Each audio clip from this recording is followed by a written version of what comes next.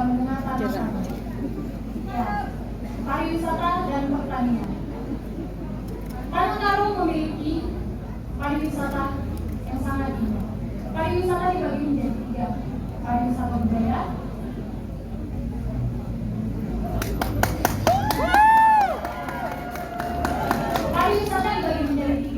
pariwisata alam, budaya, dan kuliner.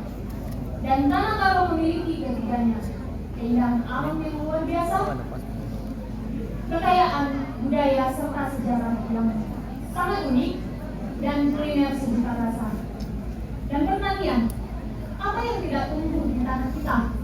Tanah yang subur, mulai dari buah-buahan, sayur mayur, dan umbi-umbian semua ada di Tanah Karo.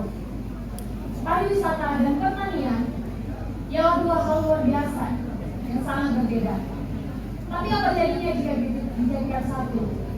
Ya, agrowisata. Dengan meningkatkan agrowisata Tanah Karo, kita meningkatkan potensi daerah kita secara bersamaan. Maka dari itu, let's join hands to advance our agrotourism by caring for, nurturing, and loving it as we love the people whom we care about the most. Nina pepatah menyatakan sah, adilah nari-nari, dia nari.